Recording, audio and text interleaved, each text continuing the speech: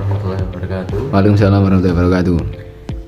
Kita di sini akan mempresentasikan atau menjelaskan mengenai filsafat Ibnu Tufail. Dalam peradaban Islam, kejayaan Islam terletak pada saat pemerintahan Daulah Bani Abbasiyah. Banyak tokoh yang muncul pada masa tersebut, diantaranya yakni Abu Bakar atau yang dikenal sebagai Ibnu Tufail.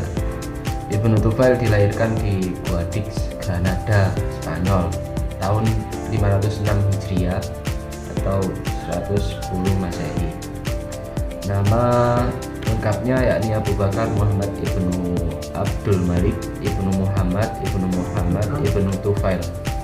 Nama Ibnu Tufail adalah nama dari titik beliau, bukan nama dari bapak beliau. Ibnu Bajjah ialah guru Ibnu Tufail saat beliau beranjak dewasa, dan berkat Ibnu Bajjah, Ibnu Tufail menjelma menjadi seorang ilmuwan besar. Beliau berangkat dari dokter praktik di Granada, lalu diangkat menjadi sekretaris gubernur di provinsi tersebut, sampai diangkat menjadi dokter pada pemerintahan dan qadhi pada saat itu. Ibnu Tufail kemudian meninggal wafat di daerah Marrakesh tahun 1185 Masehi. Karyanya yang paling populer adalah Hai Ibnu Yaqzan, yang merupakan karya sastra yang berbentuk prosa yang terbesar di abad. Selanjutnya saya akan menjelaskan tentang pemikiran Ibnu Tufail. Ibnu Tufail berpendapat bahwa akal dapat membimbing manusia dari alam kegelapan setingkat demi setingkat menuju kepada cahaya kebenaran secara hakiki. Pemikiran Ibnu Tufail ini sejalan dengan filosof pada umumnya, termasuk Ibnu Bajjah. Akan tetapi Ibnu Tufail tidak sejalan dengan Al-Ghazali yang memandang tasawuf dapat menuntun manusia untuk mencapai kebenaran yang hakiki. Ibnu Tufail membagi perkembangan alam pikiran manusia menuju hakikat kebenaran itu ke dalam 6 bagian, yaitu yang pertama dengan cara ilmu Hai bin Yaqzan, yaitu dengan kekuatan akalnya sendiri memperhatikan perkembangan alam makhluk ini, bahwa tiap-tiap kejadian mesti ada yang menyebabkannya. Kemudian yang kedua dengan cara pemikiran Hai bin Yaqzan terhadap teraturnya peradaban benda-benda besar di langit seperti matahari, bulan, dan bintang-bintang.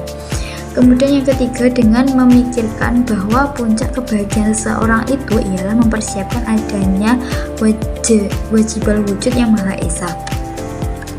Kemudian yang keempat dengan memikirkan bahwa manusia ini adalah sebagian saja dari makhluk hewani, tetapi dijadikan Tuhan untuk kepentingan yang lebih tinggi dan utama dari hewan. Kemudian yang kelima adalah dengan memikirkan bahwa kebahagiaan manusia dan keselamatannya dari kebinasaan hanyalah terdapat pada pengekalan penyaksiannya terhadap Tuhan wajibal wujud. Kemudian yang keenam mengakui bahwa manusia dan makhluk itu fana dan semua kembali kepada Tuhan. Sebagai seorang filosof, Ibnu Tufail tidak hanya berpikir secara kefilsafatan, tetapi juga berpendapat tentang pemikiran filosof lain seperti Aristoteles, Al-Farabi, Ibnu Sina, dan Al-Ghazali. Mengenai filosof tersebut, Ibnu Tufail mengatakan bahwa dalam buku-buku mereka itu belum didapatkan gambaran filsafat yang memuaskan tentang hakikat kebenaran. Pendapat yang pertama yaitu suatu tulisan Al-Farabi yang berjudul Al-Milatul Fadilah dipuji oleh Ibnu Tufail. Kemudian Al-Farabi dikatakan dalam bukunya itu bahwa jiwa manusia yang jahat akan tetap berada dalam penderitaan yang tak ada habisnya, sehingga akan menyebabkannya putus asa dan mencapai kebahagiaan. Pendapat yang kedua yaitu mengenai Ibnu Sina. Dikatakan olehnya bahwa dalam bukunya Asy-Syifa, Ibnu Sina kelihatan sekedar mengikuti aliran Aristoteles. Di samping itu, Ibnu Sina dipuji berhubung dengan karangannya yang berjudul Al-Falsafatul Masyriqiyah yang mengandung pendapat tentang kebenaran yang dianggap penting oleh Ibnu Tufail. Pendapat yang ketiga yaitu mengenai Al-Ghazali. Dikatakan oleh Ibnu Tufail bahwa di dalam buku-buku Al-Ghazali dia melihat adanya pertentangan pendapat satu sama lain. Misalnya dikatakan Al-Ghazali di dalam Tahaful Falasifah bahwa ahli-ahli filsafat itu kafir karena mereka tidak mempercayai akan dikumpulkannya lagi jasad manusia pada hari kiamat. Dan karena mereka menetapkan bahwa siksa itu hanya diderita oleh jiwa saja, jika demikian maka mestinya pendapat Al-Ghazali itu sendiri sebaliknya. Akan tetapi dalam bukunya Mizanul Amal, Al-Ghazali mengatakan bahwa kaum sufi menganggap pahala dan siksa itu hanyalah mengenai jiwa saja. Sedangkan dalam Munkis Minad Dolal, Al-Ghazali mengatakan bahwa pendiriannya sendiri cenderung pada pendirian kaum sufi atau ahli tasawuf. Kesimpulan dari kritik-kritik terhadap filosof-filosof timur ialah Ibnu Tufail memberi kesan bahwa apa yang telah dijelaskan oleh mereka itu belumlah memberikan kepuasan, dan karena itu Ibnu Tufail mencoba menerangkan pendapat filsafatnya dalam cerita ibarat Hai bin Yaksan itu. Maksud menulis cerita itu ialah sebagai jalan untuk menyampaikan hasrat orang yang bertanya tentang derajat kepuasan yang selalu dibayangkan oleh kaum filsafat dan tasawuf. Adanya kekhasan pemikiran filosof Ibnu Tufail sebenarnya terletak pada karyanya, yaitu kisah fiksi Hai Ibnu Yaksan. Dalam kisah tersebut, dia menyatakan pandangan filsafatnya tentang alam semesta, Tuhan, agama, moral, manusia dan wataknya, budaya masyarakat formal, serta adanya keserasian antara agama dan filsafat. Dia juga mencoba untuk menjelaskan tentang kemampuan manusia untuk hidup dan mandiri.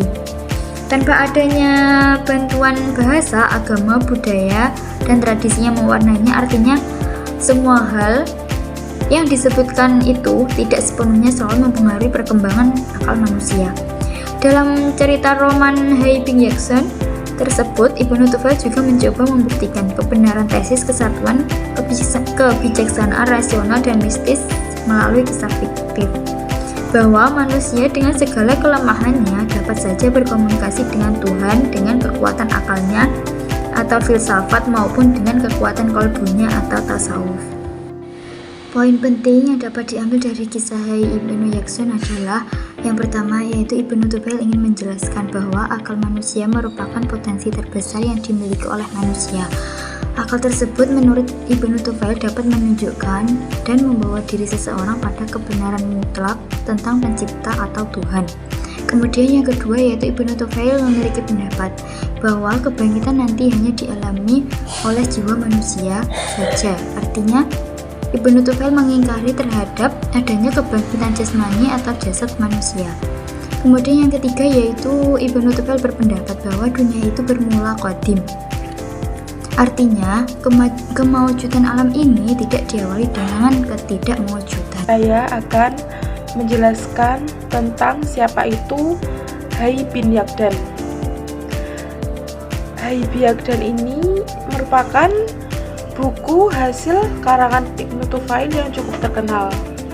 Nah, di dalam buku tersebut dipaparkan bahwa ada seorang anak yang tinggal sendirian di suatu pulau, yaitu Hai bin Yaksan, dan diasuh oleh seekor rusa. Ketika ia sudah besar, ia mempunyai hasrat yang kuat untuk mengetahui dan menyelidiki hal-hal yang tidak dimengerti olehnya. Kemudian ia menyadari bahwa hewan-hewan mempunyai pakaian alami dan alat pertahanan bagi dirinya, sedang ia sendiri telanjang dan tidak bersenjata.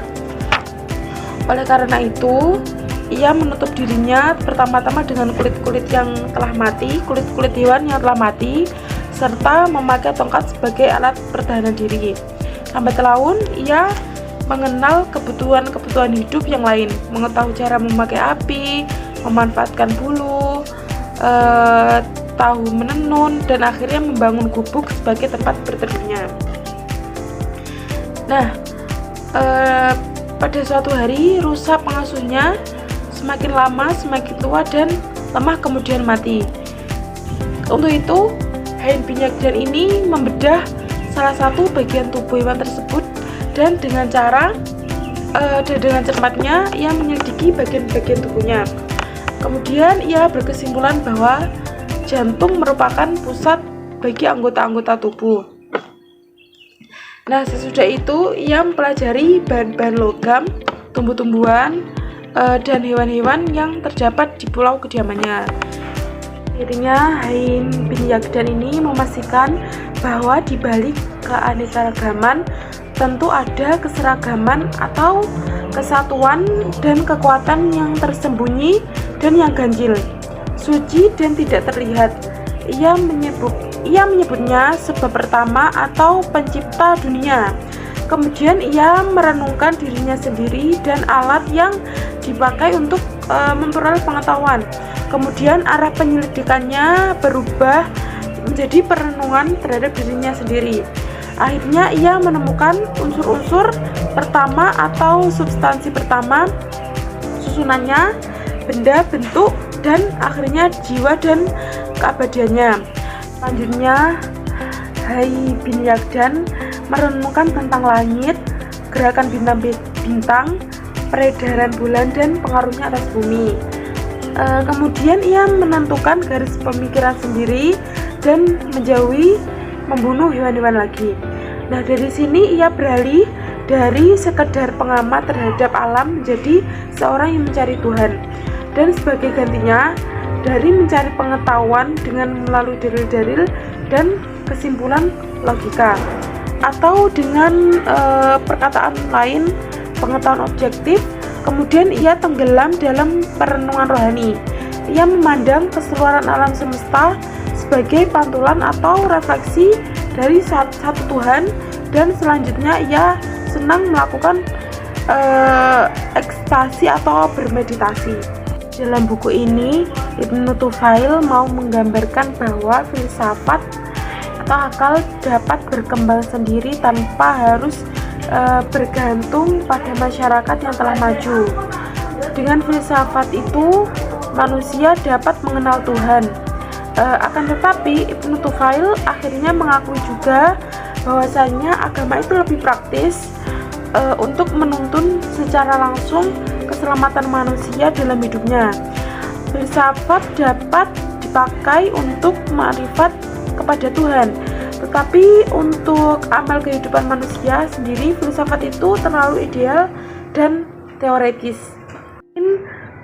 Dari buku ini adalah Ibnu Tufail ingin menjelaskan bahwa agama pada asasnya sesuai dengan alam pikiran atau filsafat. Dengan akalnya, manusia akan dapat menyelami maksud agama hanya dalam beberapa hal, terutama dalam soal-soal peribadatan atau ubudiyah seperti sholat, puasa, haji. Akal manusia masih terlalu lemah untuk menyelami hikmah yang sebenarnya. Demikianlah kesimpulan-kesimpulan yang diperoleh dari rumusan kata-kata kisah tersebut. Menurut hadis yang diriwayatkan oleh Abu Hurairah radhiyallahu anha, bahwasanya Rasulullah Shallallahu alaihi wasallam bersabda, setiap bayi yang dilahirkan oleh seseorang itu muslim. Akan tetapi kedua orang tuanya membawa dia sebagai pemeluk agama yang mereka peluk. Penuturan hadis tersebut sejalan dengan bunyi ayat Al-Quran pada surat Ar-Rum ayat 30. Maka tegakkan mukamu dengan lurus terhadap agama sebagai fitrah kejadian yang menjadi dasar penciptaan manusia oleh Tuhan. Tidak ada pergantian pada penciptaan Tuhan. Nah, pikiran pokok dalam ayat tersebut hendak mengemukakan bahwa ajaran Islam membantu seseorang yang diberi pikiran sehat yang dapat dipakainya untuk membedakan antara baik dengan yang buruk, dalam menemukan jalan hidup yang baik bagi dirinya sendiri, suatu jalan yang menuntunnya kepada pembebasan. Ibnu Tufail dalam kisahnya itu juga membuktikan tentang tidak adanya perlawanan antara filsafat dan ilmu pengetahuan dengan agama. Semua ini adalah sama dan sesuai satu sama lain.